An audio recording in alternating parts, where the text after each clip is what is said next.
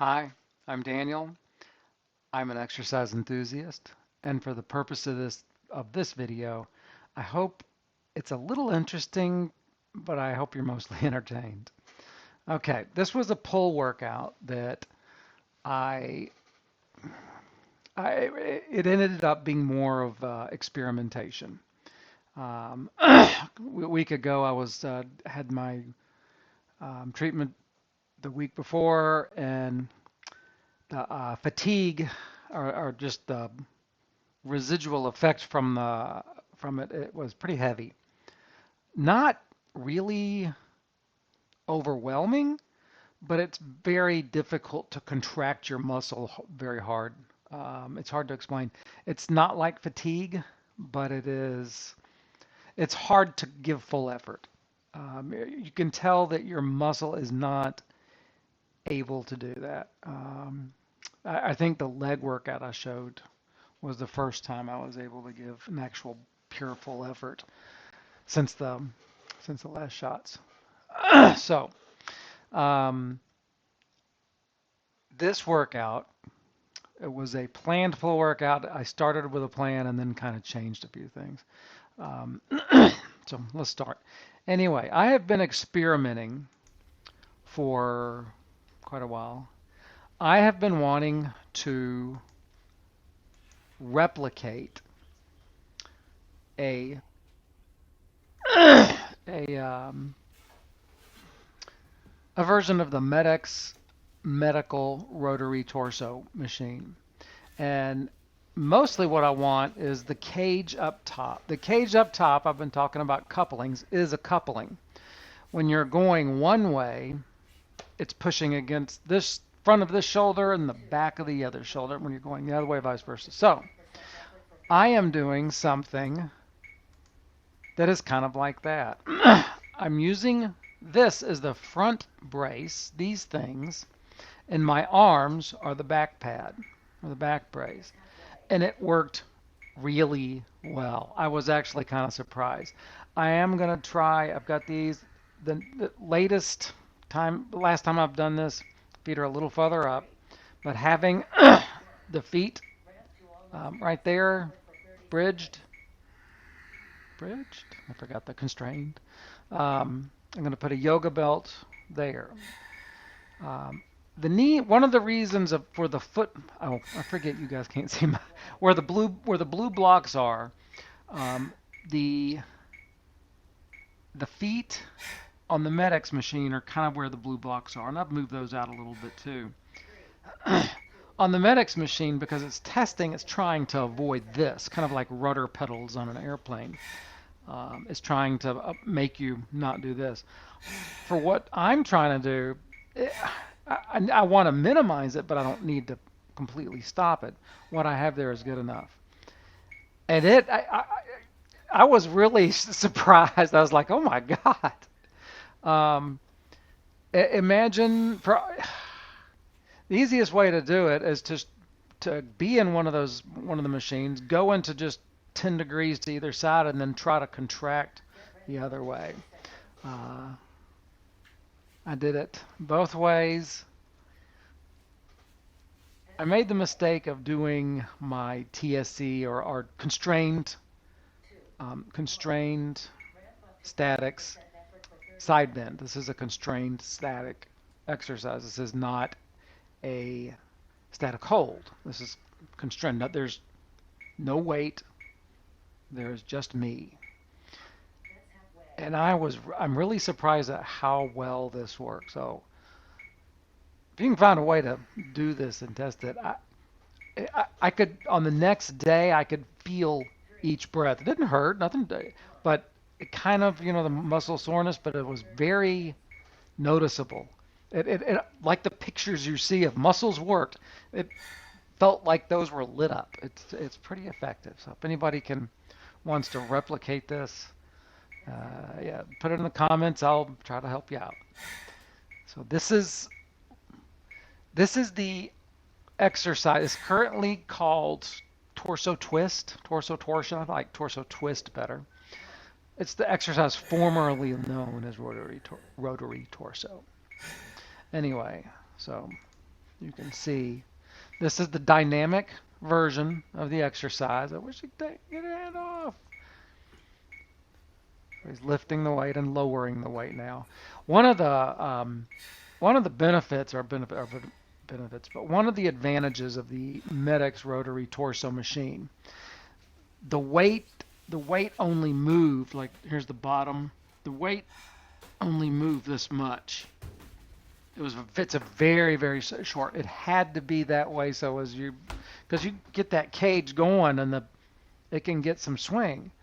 The weight has to be enough to counterbalance the swing because it is offset there. But by having the weight only go up just a little bit, it reduces the potential of momentum. Is that correct? I think it is. You can't get rid of momentum, but you can reduce the potential of it or the effect of it. And as long as the weight on the machine is good enough, you can do that. So yeah, the shoulder brace and the my arms being up and locked on there are kind of like how this would be worked. Let's see if he's in there. See if I can show a picture of him getting out. Yeah, you go to the other side on it. And yeah, so there's the bracing system. You can consider my shoulder horn that part. All right, we are doing seated row next. No. Oh, I like walking tours. Oh, hold on. Is that a walking tour? Nope. Okay. I like walking tours.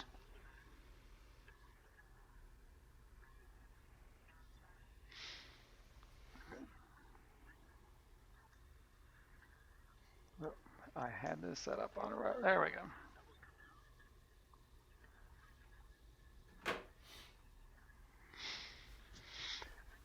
Let's let him.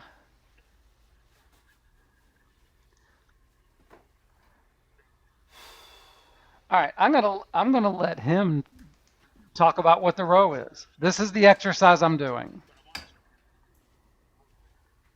I don't know if you can hear it. You might not be able to hear it. There's the handles. I have my handles are kind of free floating. This is a constrained static exercise. I'm going to go ahead and turn that off. Okay. Because I am leaning a little more forward, it is a little bit more of a normal direction seated row. In other words, low row would be about here. Seated row like this. So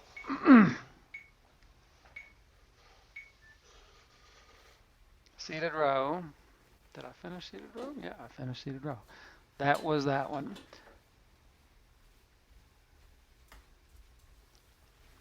Oh, I did not finish seated row. I reset.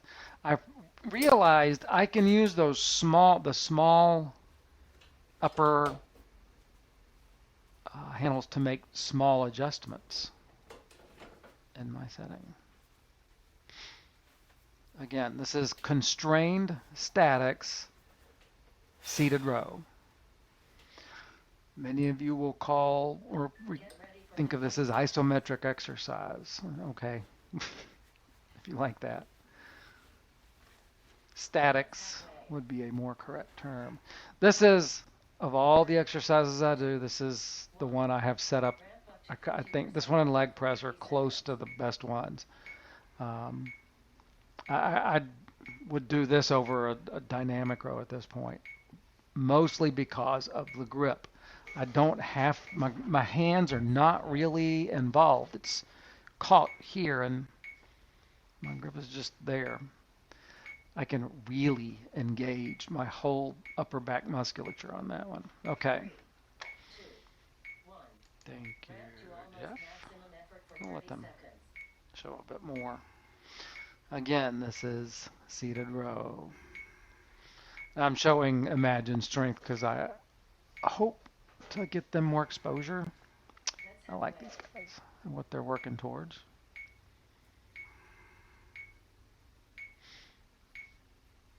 I got some things I want to show you, Imagine Strength. And I'm not talking about the static stuff. I'm talking about some other things. As hard as you dare for 30 seconds. So yeah, this is close, still a little bit of a low row, but the angle is still pretty close to seated row. And it really, really, really works well. Okay, we'll let him go there. Let's move this a little. No, okay. We'll stop that. Now, one of the reasons I am going to go a little faster, because I think I know what's next. Okay, the next exercise, pull over.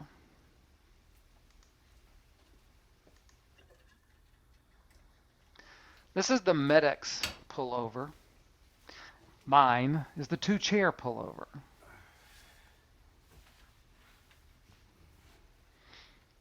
Now, the reason I'm showing you the Medex one is the elbows are at a little bit of an angle here. All right. Get ready for 15 seconds. Here we go. I am about right. Yeah, right about there. Yeah, right about there. And it's 3, 2, 1. All right, engage.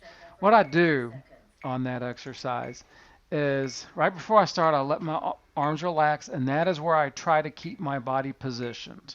So I don't know if you can see, I try to just let my body relax, and then when I engage, I try to maintain that position.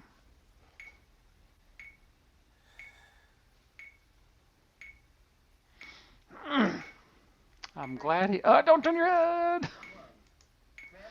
Let's do this.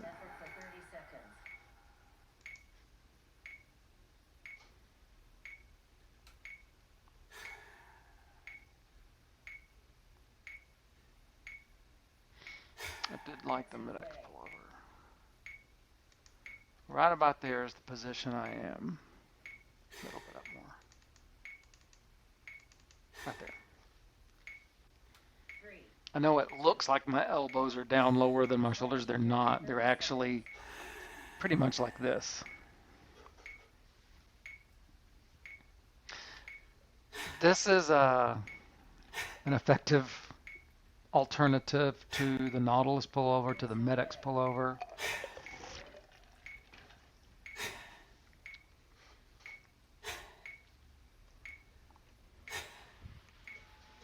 Feel a hot flash coming on. And there we go. It was, I was done. Okay, what exercise is next? I attempted pull down. I want to talk about this as I walk over. Now on pullover, let's pretend these bones are gone. My humerus is in this position. The position I use for the pullover, pretty much the same position. So because my hands are not really that much involved, my arms are, I've already done the seated row. And I try to do, I think I forgot to stitch that. Yeah, I'd forgotten to stitch it. Come on. I was very tired by this point. So I, even with a little bit of a rest, let's go.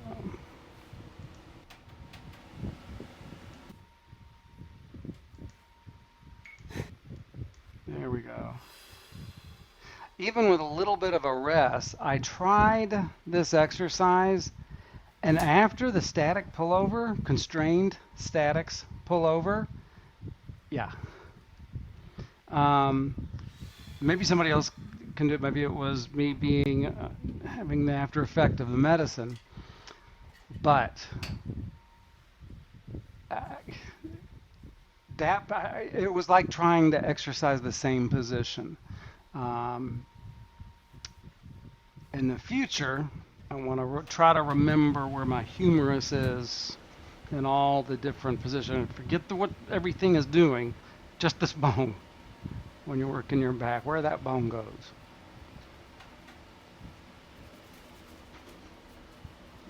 Oh, I was probably having a hot flash. I forgot. Yeah, I was having a hot flash. The hot flashes are pretty intense. Um, it's the problem is you, or at least I've talked with other people in medically induced hot flashes here. Um, you get a little bit of mental confusion also, and then just weakness, kind of like almost the feeling like right before you vomit, where your body just kind of goes weak, and you're like, ugh. It's like that during it, and then it goes away, and then you freeze because you sweat bad. All right, so I tried it,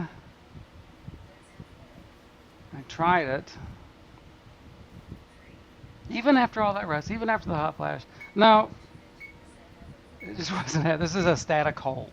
This is not a constrained static. My body is not constrained. My hands are. The part that you would expect to move is a chin up, a static hold chin up or pull up. A dip is a static hold, not a constrained static. Even though the voice, yeah, I was there was not, it was not going to happen. So let's go to the next one. Okay, I'm going to show this I did not know they were called monkey rows. Um, that's kind of sort of how I for quite a while used this exercise as an alternative to overhead press because of my shoulder injuries. Um, I felt much less pain in what I call reverse dip. I've never heard the term monkey row.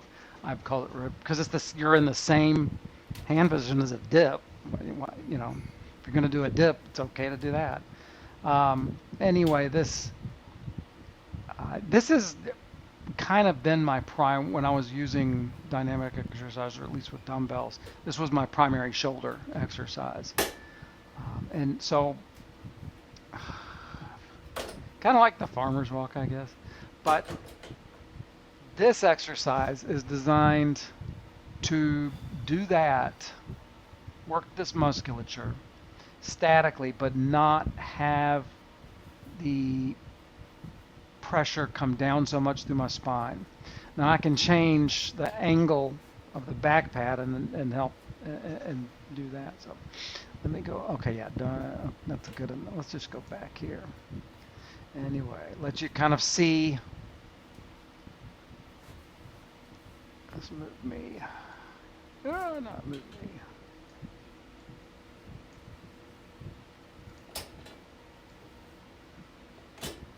Yeah, here we go.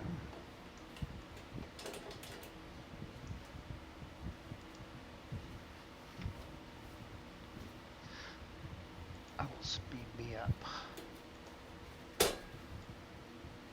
which is kind of difficult to do. Okay, here we go.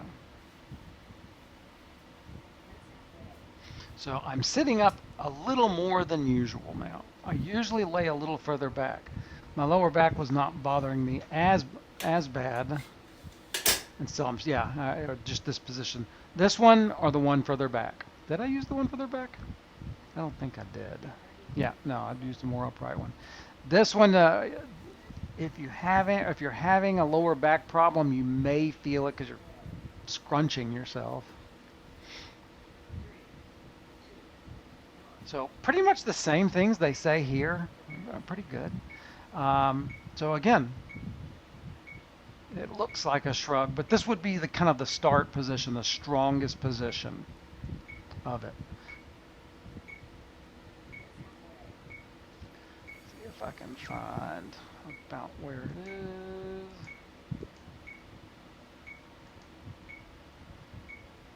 is. Yeah, right about there.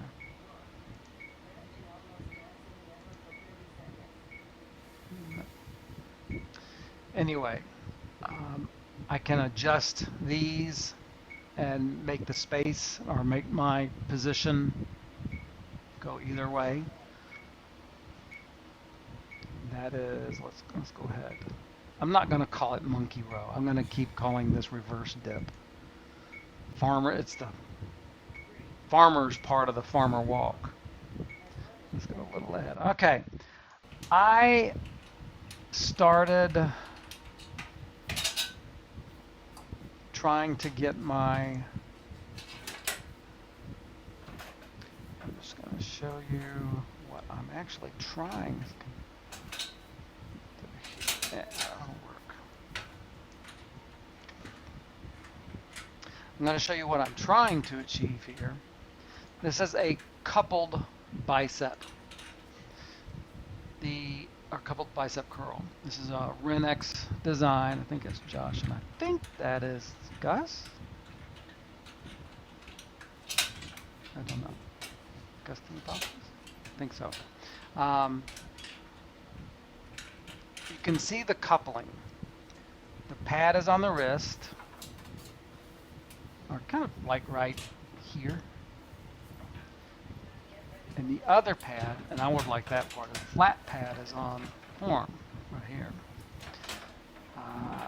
Anyway, I've been trying to replicate it, and the thing is I want my arms down like I have this position now. You can see this is the position I kind of want. The problem is the bar in your lap is distracting, uncomfortable enough that it's not. Let's go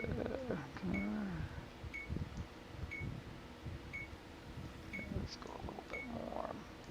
So you can see, I was like, this is not working. This is not working.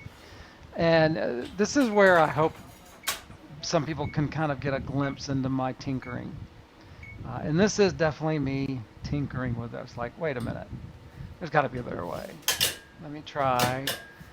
So I flip this around. This is a little better, much more stable, much more comfortable.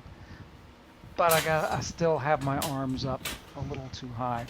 The position where they are in this one, with where the where the humerus is, the angle that a little bit better. Yeah, right there. That position right there is. It's like feed me. So see how my arms are a little, my elbows are quite a bit higher than to the shoulders than his is. I want to get closer. I'm going to work on that. But right now, this is pretty good. Everything is stable. I'm fine with that. I'll keep doing this way until I can find something. Okay. That was pretty much the workout. Let's stop that. Turn that off.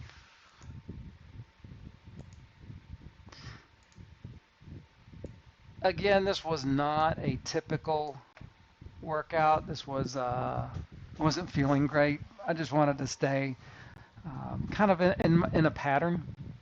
I can easily fall out of a pattern.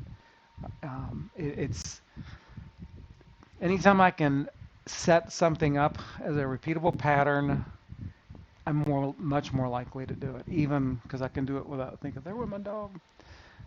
This pulling exercise, the rotary torso or torso twist, I'm still call it rotary torso because most people still know it as that.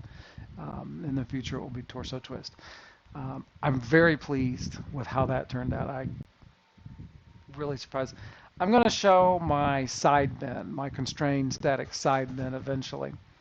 I've been working on it. I showed it on Drew's site. That one is, you want to start it gently, about 50%, and then build up your confidence on that.